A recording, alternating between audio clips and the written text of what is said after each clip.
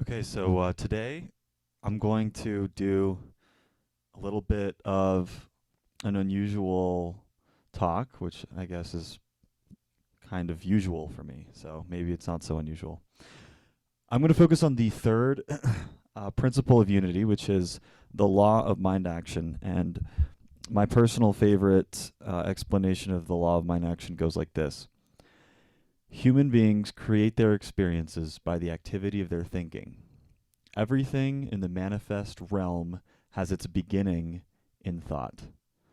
Thoughts held in mind produce after their kind. We do not manifest every thought we have. Key part. Only those thoughts that we hold in thought and infuse with our power of faith and imagination. Now, I think we've done a lot of great talks about things like faith and things like holding things in our mind. But what I want to focus the talk today on is that very last part, which is the power of imagination. So, my talk today is going to focus a little bit on imagination, and particularly on two methods that we can use to activate our imagination and use as tools to exercise our imagination so that we can really maximize that idea of infusing our intentions and our manifestations with our imagination. So, I'm going to introduce a concept that many of you may have heard before, and maybe some of you have even explored yourselves. But this is the first way that you can use your imagination to practice visualization in a very compelling way. So, this is the idea of an inner mind palace. Now, to give some scientific background for this, for some fun facts, there was actually in 2014, the Nobel Prize for Medicine was awarded to scientists who found that there are certain neurons in our hippocampus that specifically fire when you're in different locations, and that our brain is basically designed to experience locations in the visual imagination of the brain. And this is a sort of a modern understanding of what's a very ancient technique. So, way back in the day, the Greeks came up with the idea, which was called the method of loci, which is the ancient Greek term for a method of memorizing things where you use an inner space. It can be like a house that you might know, it can be a room, and you use this visualization of this space to commit things to memory. So, the way that this works is that you have a unique, vivid image associated with the different things that you want to memorize. And you have a route that goes along an inner location or room or house or journey. And at each stopping point along the route, you associate what you want to memorize with each location as you journey through this inner scene. To recall, you retrace your steps and you stop at each locus and observe the image, and then you translate this back into the associated item. Now, this might sound like a bit of a silly practice, but they've been running memory contests for several decades now. And all of the grandmasters of memory describe using this method to memorize incredibly complex things. And one thing that they say, so Ed Cook, who's a grandmaster of memory, who wrote about his experiences winning these memory contests, describes how he used a familiar location that he can clearly remember, like a sink in his childhood's home or his dog's bed, and that he associates symbols with each of these locations. And he says the more outlandish or creative the symbol, the more likely it will stick in your brain. So, other people will combine images. And so, for example, the 2006 World Memory Champion used 300 points along their journey, along an inner visual journey, to memorize over 1,000 random digits in half an hour. So imagine having to memorize 1,000 different random numbers and then say it back. And this is actually the method that they use. So how does this relate back to our unity principle number 3? Well, what's really cool about this is that when we go into our inner mind's eye and we create inner spaces for ourselves, we can both use that as a tool to remember things, but we can also use it as a tool to enhance our creativity and practice our imagination. So I'll give you a brief history of where this whole idea came from. And it's said that there was a Greek poet named Simonides who came up with this technique around 400 BC. So this thing is ancient and has been used all the way up to this day. And he used it to memorize poems. And then it became really popular with Greek and Roman orators such as Cicero, who actually used this same technique to memorize speeches and remember evidence when they were going up in legal cases. And a fun fact about this is that when we say in the first place or in the second place, that little sort of figure of speech actually comes from this method of talking about, oh, in the first place of this mind palace, of this method from the Greeks. So that's a fun little fact for you as well. And so throughout the ages, this technique has flourished. It flourished in the Renaissance when these mystics like Giordano Bruno, they used it to memorize systems of words and try to build like a world wide web in their own head of knowledge. And they described it, they're the ones in the Renaissance who started to describe this method as the metaphor of the many-roomed mansion, the castle, or the palace. And so that idea of it being the mind palace is the one that has stuck to this day. The idea of a grand sort of imaginary, like estate or mansion with rooms that you can memorize things in. So this is a very interesting concept that we can use for ourselves, both to memorize things once we learn the technique, but also to create spaces, sacred spaces in our own heads and our own minds that we can go to and that we can revisit from time to time, where we can put things that are valuable to us, we can put reminders, and we can access that inner creativity, almost that childlike energy that we used to have when we were kids, when we were very imaginative and very creative with our heads, and use that as a tool for manifesting, for prayer, and for various things. So as time went on, people started using this a little bit more for spiritual things. And in particular, I'll give you guys a quote from St. Augustine to show how this started to get used in more mystical ways. So he had studied the mind palace memory technique when he was an orator to help him memorize sermons, kind of like what I'm doing today. And he had a quote. He said, "Narrow is the mansion of my soul, O Lord. Enlarge it that you may enter it." So he's connecting the tradition of the Greek tradition of the soul as a mansion with the image of Jesus. He says, "In my Father's house are many mansions." And for him, the interior journey into your own memory and creating this is sort of an expansion of your own soul. And this is the final quote I'll give you from St. Augustine. He says, "I come to the fields and spacious palaces of my memory, where there are treasures of innumerable images, brought forth into it from things perceived by the senses. When I enter there, I require what I will to be brought forth, and something instantly comes. Sometimes others must be long sought after, which are then fetched, as it were, out of some inner receptacle. Others rush out in troops, and while one thing is desired and required, they start forth as if to say, 'Is it perchance I?' These I drive away with the hand of my heart, from the face of my remembrance, until what I wish for is unveiled, and it appears in sight, out of its secret place." So you can see how people start to use it as an expansion of their inner soul and to basically dive into our inner world and our inner mind and begin to create inside that space.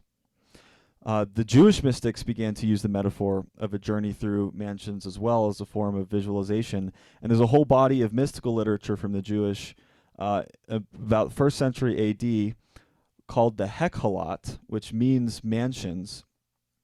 And they have a technique where the mystic imagines an inner temple and journeys through 7 different rooms in the inner temple until finally they reach the throne room, which is imagined to be the deepest part of the soul.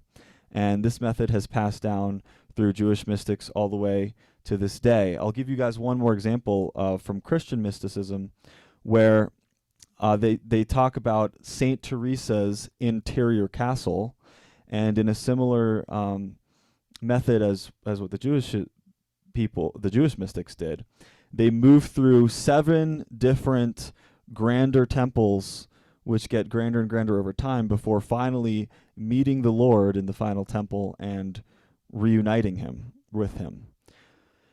And another example of this comes from Dante's Divine Comedy, which is a very well-known book. And you can kind of see how in his Divine Comedy, he pretty much builds out a sort of imaginary mental palace where you have multiple levels describing both hell and also heaven. And this is kind of one example of how, you can use, a writer used their great inner creativity to place in different areas of this imaginary space different concepts and different stories and various concepts and images. And, if you read through Dante's Divine Comedy and you really take time with each chapter, you can remember all the stories and put them in their proper place, and that helps you remember things. So what I'm going to have us do today is we're going to learn a little bit more about this technique as a way to activate our imagination and activate our creativity. And I'm actually going to take you through a mind palace, which I have sort of created, which will help us memorize the 5 unity principles. Now, I imagine most of us probably do know what the principles are, but what I noticed is that even though I had a fairly good idea of the principles, I didn't necessarily have the order memorized, like which is the first, which is the second, which is the third. And I also, there's details in each one which I might not have noticed if I hadn't done this exercise. So even though this exercise is sort of known as a memory technique, I want you guys to think of it as a little bit more like how St. Augustine would talk about it in his writings, where this is a technique to create inner spaces for ourselves that we can go to. And yes, we can use it to memorize things, but we can also use it to create sanctuaries for ourselves in our own minds. And we can use it to visualize concepts or memories or ideas that are really important to us, and then return there from time to time. So while I go through this exercise, where we're going to together memorize the 5 unity principles in order, I want you to consider how you can take some of the ideas and the techniques in your own life and create your own mental spaces for yourself, sanctuaries, places where you can return to. And this will be a great technique and tool to, as I said, practice the imagination aspect of that 3rd unity principle. So a lot of times in the modern memory techniques, they say to use like a space or a room that you were already familiar with, but they did a study in this in the University of Alberta, and they found that an imaginary building that you make up all your own, it literally works just as well. So you can create fantasy homes, you can create palaces, you can create temples, whatever you like, as long as it's vivid. And all you need is some simple rules before we start. So we're going to learn the SEES principle. That's S-E-E-S. And this principle applies both to when we talk about memory palaces. It also applies to when we're manifesting visual imagery. So we have S-E-E-S. The first S stands for senses. So that's sight, sound, smell, touch, and taste. So when we're recreating our inner worlds and when we're going into these places, we want to try to go through every single sense that we have. It's very easy to just visualize a room, but we want to also feel ourselves in the room. We want to feel the carpet under our feet. We want to smell what the room looks like. We want to taste the air in the room so that it's really vivid. As I said in the principle, it's not every single thought that gets manifested. It's the thoughts that are infused. It's infused thoughts that are more the powerful manifestations. So make sure that we infuse our imagination with all of our senses when we do these exercises. The second E is the fun one. This is exaggerate. So I'll give you an example. What's easier to memorize? A normal sized strawberry, just a small strawberry, or an enormous strawberry that is the size of the house in the middle of a normal landscape? Obviously, the second one sticks out in your head more. And so this is the idea that we want to make our images larger or smaller than life. And more so than that, we want to add a little bit of humor or whimsy or even like ridiculousness to our images. And this part is the part that might be a little bit weird and might feel a little bit uncomfortable at first. But once you get used to it, what this really is this is about getting in touch with our inner child, with our inner fun nature and our creative side. And when we access that part of ourselves, which, as we get older and older, sometimes we lose sight of, it just accesses a part of our brain that is really helpful to add energy and add memorability to these visual images. And if you don't know what I mean, don't worry. This will come into play very soon when we go through the exercise. The second E is energize. So it's not just about exaggeration and humor and fun. It's also about action and movement. Would you rather watch a slideshow of a holiday that you took, or would you rather watch a recording, like a movie of it? What creates more feeling? A horse that's just standing still or a horse that's running, right? So as we make these visualizations, we want to add movement, motion to them. And then the final S, so we've got SEES, C's, is story. So as we go through this mind palace exercise, you'll notice that we're going on a journey from one step to the other, and it's going to take us to different places, almost like there's a little bit of a storyline to where we're going. And if you can create stories in your head, that is also an excellent way to help you with visualization and memory. So it's not just about a still image or a single scene. It's about moving through a whole environment to end up from one place to the other and a storyline behind it. So make sure that when you try this on your own, your information is vivid, it's colorful, it's not boring, flat, or black and white. Use the action, bring life to this activity. And I'll give you one more quote before we begin the sort of exercise here. And this one's from Emile Coué. When the imagination and the will are in conflict, the imagination always wins. And I believe this is true. I think our imagination has incredible power. And we're going to jump into a quick little exercise to see how that works. So I'm going to take you guys through a little bit of a story, and we're going to memorize the 5 unity principles in order. And you'll notice that some of these images are a little bit silly, but that's on purpose, and that's because adding humor, joy, and excitement will help us memorize. So here we go. First of all, let's take a moment to get a little bit centered. You can close your eyes if you want to. You can also try to do this with your eyes open as a way to practice your imaginary powers. And we're going to start by walking on a trail in a faraway, peaceful land. Now, once again, we want to get all of our senses involved. So maybe the birds are singing around you, the leaves are rustling, the wind is blowing. Perhaps it's a warm, balmy day, or maybe it's slightly cool. The way you guys imagine this, I'm going to give you guys a lot of your own agency to choose the scene for yourself. Just make sure that you get all your senses. So we're walking in a trail. It's a nature scene. And all of a sudden, a dog runs up to you out of nowhere. Make the dog your favorite breed of dog. So for me, I personally like husky dogs. So I've got a little husky dog that runs up to me. And it has something in its teeth, you notice. It's a rectangular, thin box. And you go, what is this? And it turns out it drops it right in front of you, and it's a neatly wrapped rectangular gift. And go ahead and imagine this present. Make it your favorite color. And you take the gift, and you pet the dog. And you notice on its collar is a name tag. So you go look at the name tag, and you realize it just says dog on it. That's interesting. But it's a stamped name tag, and it's backwards.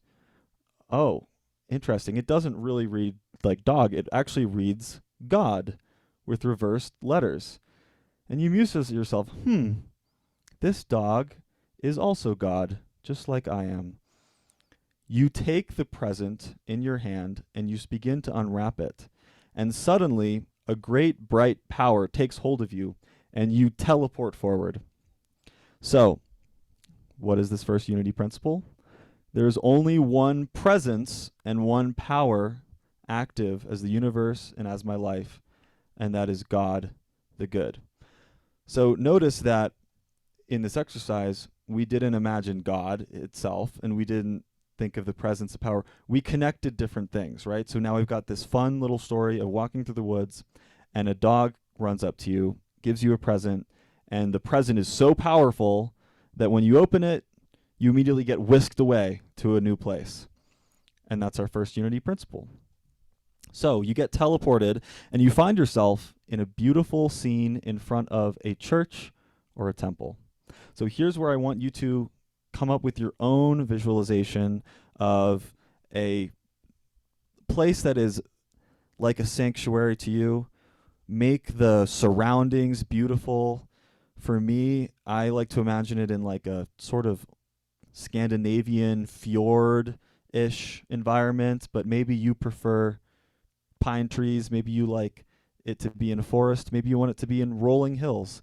And you're going to imagine a cute little church or a temple with a path leading up to it, and you're not quite there yet. You've got fields around you that lead up to it. Now, luckily, the dog is still with you. He got teleported with you. And you look at him, and he's opening his mouth, and it looks like he's hungry. But unfortunately, you don't have anything to feed him. So you're walking up the path to this church, and you're looking around for something to feed him, and you realize, oh, wow, this is great. There's some vegetable gardens around the grounds of the church as you're walking up. Maybe there'd be something here that you could feed this hungry dog with.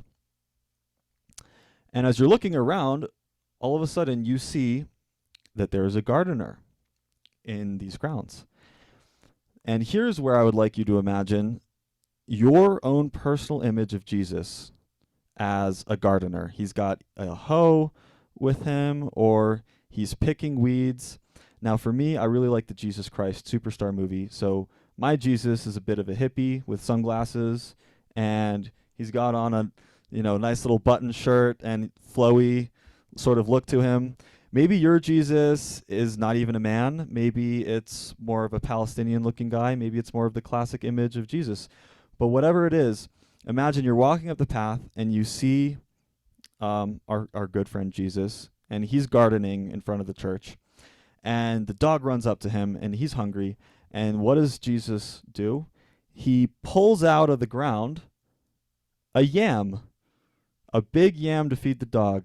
And once again, we're using silliness here to really get these things into our brain. And the idea is the yam reminds us that I am Christ, and it is fully expressed within me.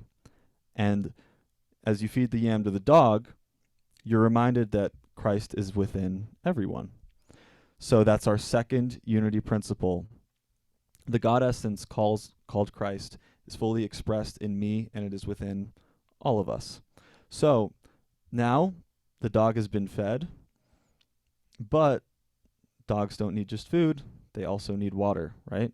So as we're walking up to the church, we luckily realize that there is either a fountain or a pond or some sort of water pool that is near the church entrance. And the dog is tongue is wagging out, and he looks kind of hot and like he needs some cooling off and he needs to get some water. So, this would be a good opportunity to also feel, maybe the day is a little bit warmer, maybe there's a little bit of humidity in the air, and this pool of water or this fountain, it looks really good. It looks really inviting. And you can imagine yourself wanting to go up to this pool, and imagine the dog as well. As you walk up to the fountain, you look into your reflection. You can go ahead and admire yourself. Man, I'm looking good today. You can see yourself in the water. And you get a little bit lost in the water. It's very refreshing to look in and see the ripples and stuff. And your mind begins to wander a little bit. And you notice, this is like a magical pool or a magical fountain. As my mind is wandering, the image that I see in the water, the reflection of my own mind is changing. And all of a sudden you begin to play with this. You create an amazing scene. Maybe it's a warm day and it's hot, so you create a winter scene, kind of like what Terry has in his background, and you see the winter scene appear in the pool of water. And you're like, wow, this is like a magical fountain or a magical pool of water. This is really, really cool. And then right as you are getting really into this magical pool of water, the dog splashes its face in and starts drinking from the fountain. So, what does this mean? Our third unity principle, we are co-creators with God, and we create reality through through thoughts held in mind, infused with our faith and imagination. So the dog running up and splashing his face in and messing up the beautiful image we've created, that's a reminder to us that it's not just us creating reality through our thoughts. We are co-creating with the power and presence in the universe. And we might manifest and visualize and use our intentions to create our own reality, but it might not always look exactly like we think. It might not come when we think. It might not be an immediate manifestation. Maybe some of the things that we intend and some of the things that we manifest may come to light after this body has passed the earth into another place. Because it's not just us creating this reality. We are co-creating it. So that's why we have the image of us creating the reality in the water, and then the dog coming and splashing in. So you notice that we use silliness and these sort of imaginative stories to remind ourselves of important concepts and important things. And that's kind of how this works. So we got 2 principles left. We got 3 down. So let's review real quick. We started off in the forest. The dog had a present in its mouth. It gave it to us. That was the power and presence of God. It teleported us outside. The dog's hungry, number 1. So we give it a yam from the gardener of Christ. That's I am Christ. And then the dog is also thirsty. So we go to the pool and we see our reflection in the pool. And that reminds us that we're co-creators with God, using thoughts infused with our faith and imagination. So it's time for us to go, finally, into the church or into the temple. So I want you to imagine yourself going up. The dog is fed, it's hydrated, it's ready to go in and see the inside. It runs up to the door. You follow up the door and you open. And there's only one room. It's a large, expansive room, and you can fill this room with whatever sort of imagery that you would like. Any sort of religious or special or spiritual imagery that you prefer.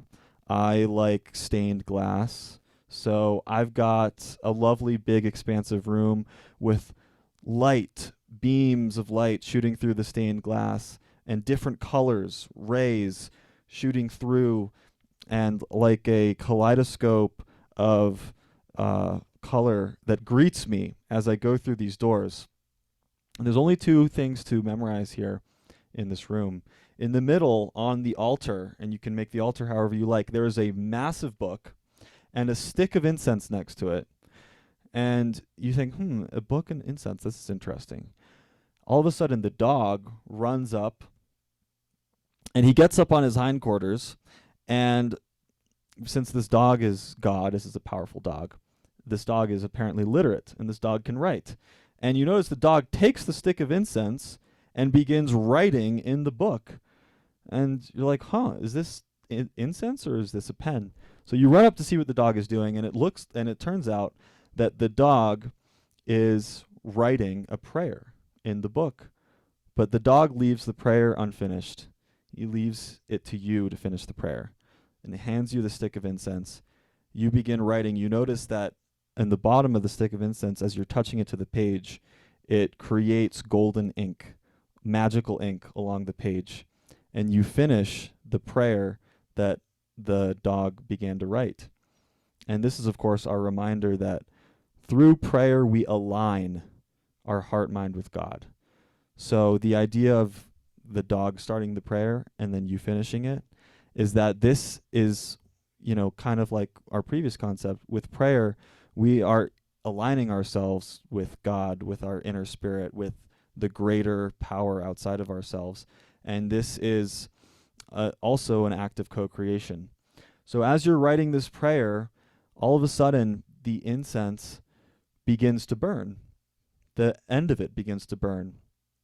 And here's where we use our senses again. Okay, so this is an opportunity to imagine smell.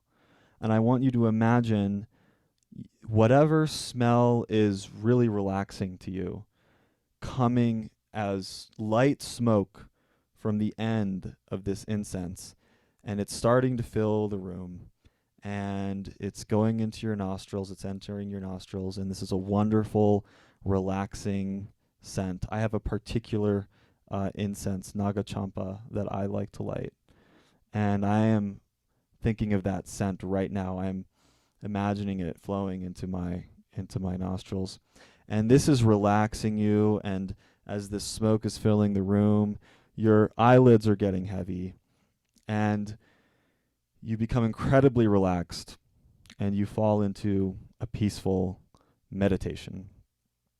And so now we have our fourth unity principle.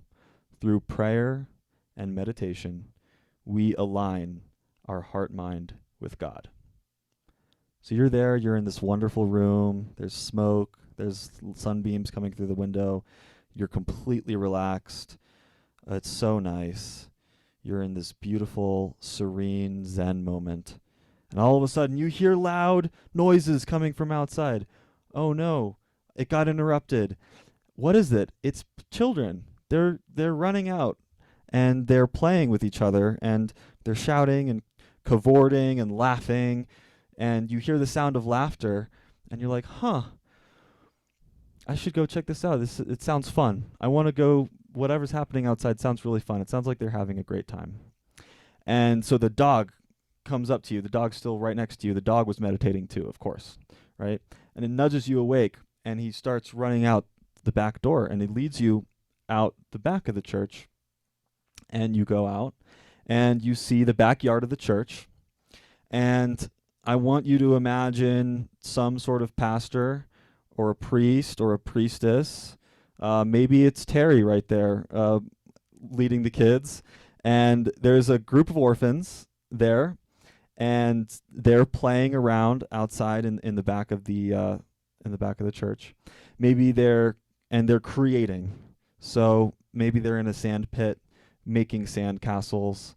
Maybe they are creating with sticks or toys or whatever. And what these orphans represent is they represent your past selves. So you can even imagine little versions of yourself or little versions of people you knew as kids or whatever. And the pastor or the priest, or however you like to imagine, some older figure who's sort of watching over these orphans, who takes care of them. He beckons you over, and he or she invites you to teach these orphans what you know and what you've learned. But because they're having so much fun, and because they're so rebellious, when you try to teach them with just words, they don't really listen. That's boring. We don't want to just listen to you talk. We want to play. But once you start acting out your teachings, you start using big motions, and the universe is immense, and it is all inside of us at the same time, and you're acting these things out, all of a sudden they get really quiet and they begin to listen and learn from you. So this is through thoughts, words, and actions, we live the truth that we know. This is the fifth unity principle. So now you have gone through the previous four principles and you've learned what you have to learn. And now it's time to apply it. It's time to be a teacher. It's time to bring these ideas into being, seed these ideas in children, you know, take any of the thoughts and any of the wisdom and put it into reality. And that's what the kids represent. So we've now gone through all 5 unity principles, and what's really cool about this is that when we create a story like this, where there's a clear sort of journey, right? We're basically journeying from a random place in nature. We get teleported to the front of the church. We go through the garden. We go into the church. We go out the back where there's children playing. Even if you knew the principles really well, if you weren't so sure about which order they're in, now you can just go through the journey and immediately go 1, 2, 3, 4, 5, right? So it's like, okay, what's the 4th unity principle? Well, the 4th step on the journey is when I finally go into the church. That's where the book is. That's where I write my prayer. And then the wonderful incense goes into my nostrils and puts me in meditation. That's right. The 4th principle is through thoughts and prayer, we co-create with God, right? So this is a really cool method for us. This is not just about memorizing things, but it's also about creating sacred spaces within our minds to practice imagination and to access that inner childlike creativity that is within all of us as a spiritual practice. And we don't necessarily need to do this with specific places. We can also use this similar imagery to create scenes. So I'll give you a couple examples of something that I use in my own meditations. When I'm relaxing and I'm trying to be mindful of my thoughts, a scene that I like to imagine is I'm sitting on a hill and there's a very gentle breeze going by. I can see a large expanse of fields in front of me stretching out to the horizon, and the sky is vast, beautiful blue sky with the sun shining down. And what I notice is that there's a really, really strong, nice spring or summer breeze that's going by.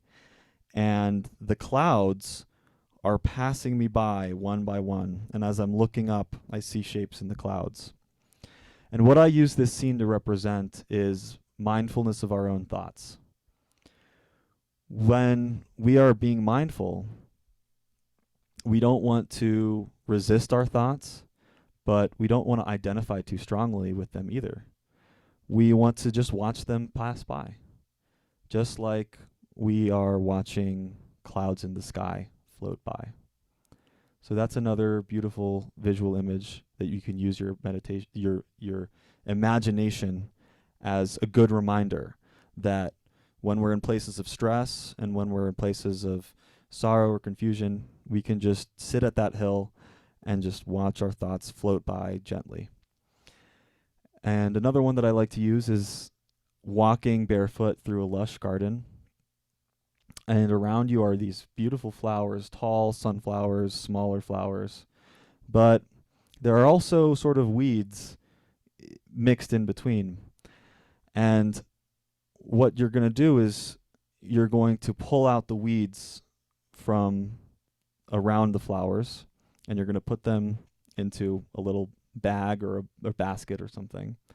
And you're going to plant seeds of beautiful flowers where those weeds were. So this is another nice visualization to use visual imagery to remind ourselves that we can replace our dark thoughts with the seeds of beautiful thoughts. And as we walk through the garden of our own minds, we can plant incredible manifestations and intentions while also replacing some of our fears or doubts or insecurities. So these are just a couple examples of how we can practice our imagination and we can access that inner creativity and that inner child to enhance our spiritual practice and remind ourselves that it's not just regular thoughts that we manifest into reality, but it's thoughts that are infused with our imagination and with our creativity. So use this technique throughout your meditations. Create your own wonderful imaginary worlds and sacred spaces that you can return to whenever you need to. And thank you so much for going on this journey with me. So we're going to go on a little meditation now.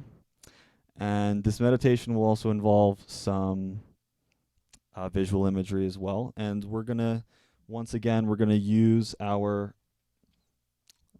C's principle. We're going to use our senses in this meditation to do a little bit of imagination practice and manifesting.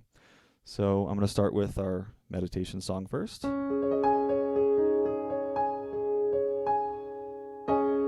Surely the presence of the Lord is in this place.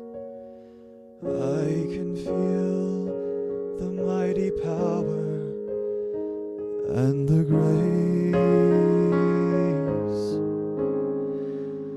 There's a holy hush around us, and I see glory on each face.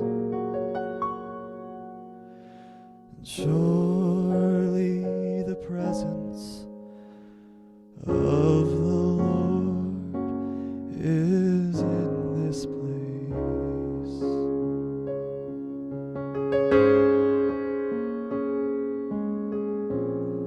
Let's start by getting very relaxed and comfortable wherever you are.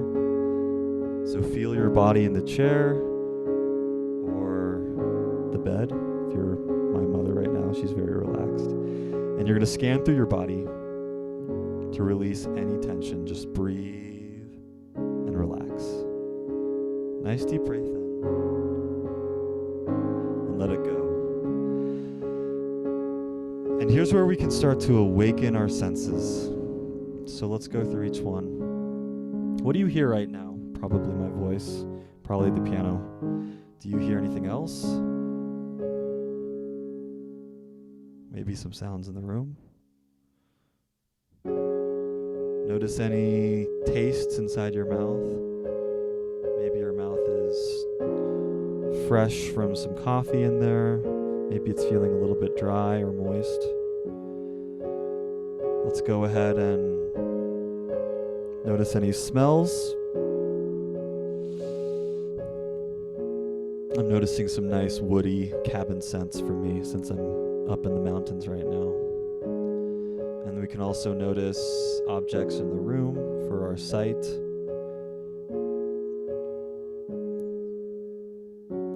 So we're going to start by connecting with our heart. And this is our heart center is in the center of our chest. And if you feel so inclined, you can raise your right hand and go ahead and place it there in the center of your chest. And while it's there, see if you can just feel some energy there. Maybe you can imagine a warm, radiant, pulsing light that's coming from this center. And just feel that warmth, that expansion. Feel it grow in your chest. So in this heart space are your hopes and your dreams, your intentions, your desires, what you maybe want for yourself and the world. And I want you to pull from this place something into your mind that's an intention that you might have for the future. Maybe it's for you, maybe if it's for someone else, maybe it's for the world. But what I want you to do is I want you to make it specific as you can. Don't just make it a concept. Make it a moment in time. Make it a scene. Make it an image, of like a little movie in your own head. So picture this as though it has come true in the future. We're going to build out this scene, the very moment that this intention, this wish, this manifestation came true. And first I want you to feel the feelings of maybe joy, of exultation, of relief, of happiness, or of peace that you feel that this has happened, that this has come true. So we're going to start there. We're going to start with the emotions. And as you are feeling those emotions, you can start to notice, and you can start to release your hand from the chest now as well, and really focus on that inner mind's eye. And let's awaken our senses once again, but this time not in our rooms, but in that scene. Notice any of the magnificent details that might be present in this time and space. This intention of yours has come true. You're living it, you're feeling it. What words would you use to describe this scene? Is it bliss? Is it peace? Is it love? Is it excitement? Is it awe? Is it calm? And notice all the surroundings. I want you to focus on 3 little details of the scene that might not be specific to maybe the main event of the scene or whatever's happening. Just notice little details in this world, in this moment. And get really specific. Color, size, texture, the smell, how it feels. Picture the time of day. Where are you? What's happening around you? Are there people around? Are there animals? Are there plants? Are you inside? Are you outside? Notice it all. Bring your eye around the scene and let your vision sort of travel around it a little bit. And really feel what you're doing in that moment, in that time and space. In a moment, we're going to take a moment of silence.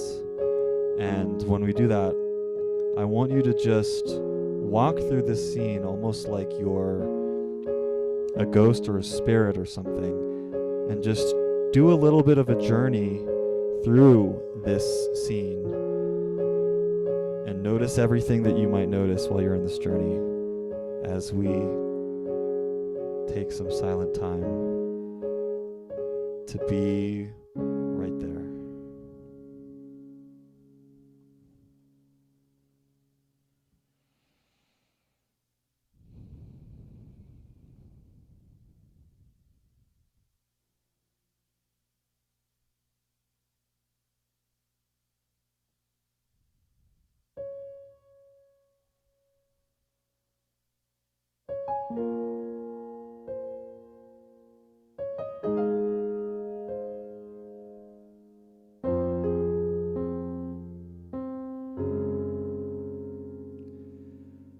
Very gently come back to the present.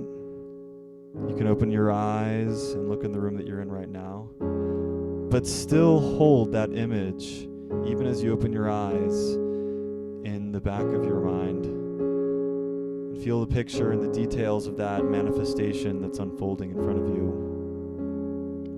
This visualization that you made is yours now, and it's never going to go away. You can access it. You can think about it at any time. And it will activate as you come back into that scene. So take just a little moment to integrate that into your mind and into your imagination. Remind yourself that that's a space, it's a sanctuary that you can always return to. Hallelujah. Hallelujah.